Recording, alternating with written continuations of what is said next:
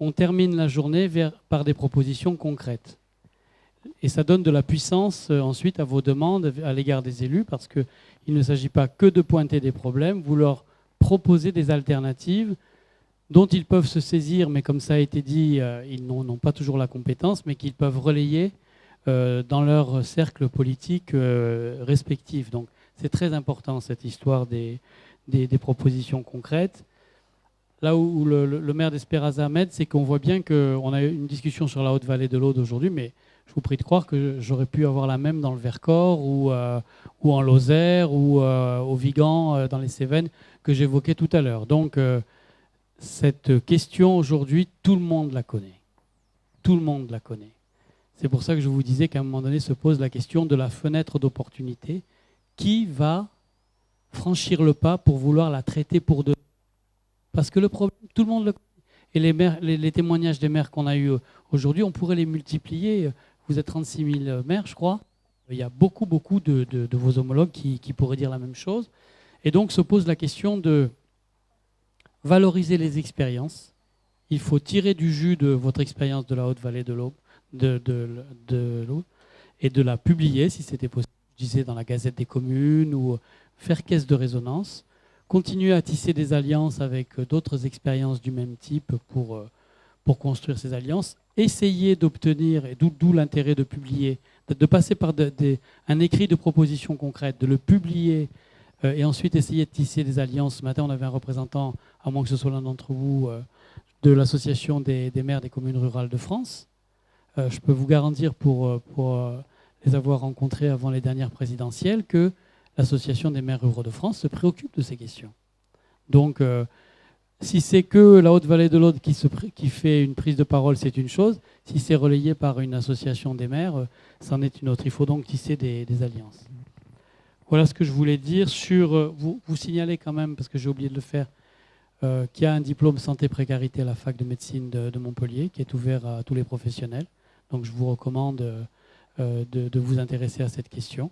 Il a été mis en place par les collègues de Médecins du Monde là-bas. Et il est ouvert à tous les professionnels, tout métier confondu, travailleurs sociaux, professionnels de santé, etc. Il est complètement dans l'esprit de ce que vous avez dit aujourd'hui. Donc ayez un œil dessus, ça peut vous donner une valence universitaire. 2 mots sur la réforme des études médicales, parce que je ne veux pas ni diaboliser ni survaloriser les médecins, mais les mécanismes qui font que peu de médecins s'intéressent au monde rural, ils sont nombreux.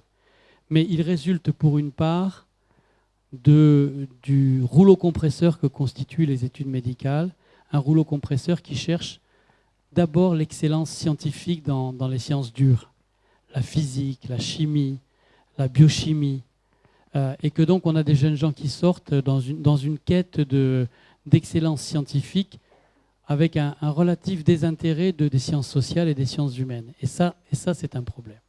Et donc la dernière réforme en date des études médicales, elle a des logiques diverses et variées, mais elle vise entre autres à casser le monopole des sciences dures dans la sélection des jeunes médecins, pour essayer d'avoir ce qu'étaient les médecins et les soignants d'il y a un siècle, plus tournés aussi vers la philosophie, vers la sociologie, vers les sciences humaines en général. C'est une des ambitions de cette réforme. Elle ne va pas changer d'un coup de baguette magique le profil des jeunes gens, mais c'est vrai qu'on a affaire, et je vais vous raconter une anecdote sans être trop long. Je rentre un jour de l'étranger et j'avais un problème à un œil. Je fonce au CHU et je suis reçu aux urgences ophtalmo. Je ne dis pas ce que je fais, je ne dis pas qui je suis. Je suis reçu par une jeune chef de clinique en ophtalmo. Elle n'était pas vieille, chef de clinique, c'est l'interne de 4 ans. Et puis, elle commence à m'examiner. Il arrive une urgence. Elle me dit, excusez-moi, je passe le relais à l'interne. Elle sort 3 minutes. Il y avait une jeune femme avec des hémorragies oculaires qui devait être un début de lymphome ou quelque chose de grave. Et puis, la chef de clinique revient dans la salle d'ophtalmo et je l'entends qui dit à l'interne, à droite, c'est le foie ou c'est la rate? Bon, je ne sais pas bouger. Je me suis juste dit, j'espère qu'ils sont un petit peu plus compétents en ophtalmo qu'en anatomie de l'abdomen. Mais voilà, la médecine aujourd'hui, c'est ça. Le rouleau compresseur des études de médecine, c'est ça. Il faudrait juste qu'on arrive à avoir des ophtalmos qui se souviennent.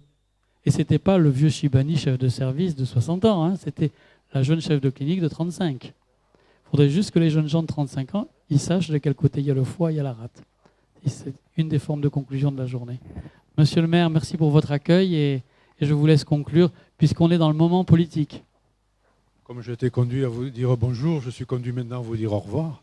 Simplement vous dire que nous avons été à Campagne très heureux de vous accueillir et que nous sommes prêts à vous réaccueillir encore à votre convenance. Et on a passé une belle journée, il y a eu beaucoup d'échanges, je crois qu'ils ont été très enrichissants. Simplement, sur la mobilité, vous dire que ici, nous nous battons pour que la Micheline revienne de Limoux à Quillan. C'est un combat d'il y a 10 ans. Et encore hier, j'avais une très belle réunion, et Christian, tu as eu la même, je crois, à Espéraza, qui nous confirme bien que la Micheline devrait revenir courant 2025. Donc ça, c'est sur la partie mobilité. Après, je voudrais vous dire simplement, c'est que dans la vie, avant, il y avait une trilogie célèbre. Il y avait le curé, l'instituteur et le maire. Aujourd'hui, le curé, il n'existe plus, l'instituteur, il fait ce qu'il peut, mais le maire, il est toujours présent. Alors, quand j'entendais parfois les recherches pour trouver des gens qui sont en situation de difficulté, n'oubliez pas les maires. Surtout les maires des petites communes, comme la nôtre, ici, 600 habitants, où sans prétention aucune, je connais bien ma population. Et souvent, mes mamies et mes papis, surtout mes mamies, parce que j'ai beaucoup de mamies à campagne, viennent voir le maire pour essayer qu'on lui sorte une épine du pied.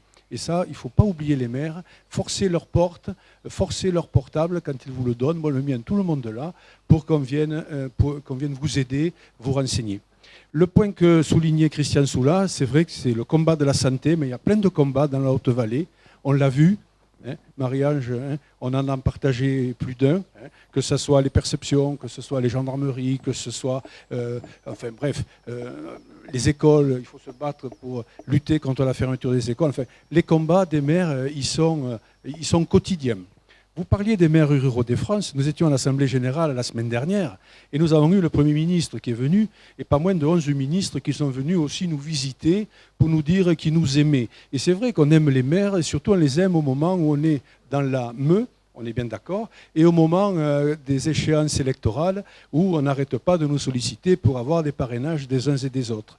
Et quand on aborde cette problématique de la santé, on nous dit « nous vous avons compris, nous avons fait… » Non, vous n'avez rien fait depuis 5 ans et nous allons faire. Et vous disiez, monsieur, que si aujourd'hui on prenait des décisions sévères pour obliger aux médecins de venir servir un temps en milieu rural, on était parti pour 10 ans. Donc ce combat aujourd'hui, il faut l'engager pour 10 ans. Alors moi, ce que je vous propose, c'est que le fruit de cette journée, et tout ce que vous allez écrire, nous allons le faire remonter au niveau des maires ruraux de France, également au niveau de l'Association des maires de France, avec qui on n'est pas en combat, on est en partenariat, de manière à ce que cette information, elle remonte le plus qu'elle pourra remonter. On est aujourd'hui dans une période où il faut interpeller les candidats de tous ordres. Il y aura matière à interpeller plus tard les députés qui seront installés de tous ordres. Il faut interpeller tous les politiques en responsabilité de manière de leur dire attention, il y a des territoires qui souffrent ici comme ailleurs. Et donc c'est sur ce genre de combat que nous nous engagerons et sur lesquels nous sommes en Haute-Vallée. Voilà. En tout cas, je vous souhaite à toutes et à tous un bon retour. Je vous félicite pour cette journée. Je n'ai pas pu tout suivre. J'étais avec la MLA cet après-midi pour d'autres sujets, mais qui sont aussi contondants avec les autres. Eh bien, en tout cas, je vous félicite à toutes et à tous. Je vous dis à bientôt peut-être et je vous souhaite bonne chance dans le travail qui est le vôtre. Et j'espère que nous allons tous réussir. Et en tout cas, vous pouvez compter sur les maires ruraux. Merci beaucoup.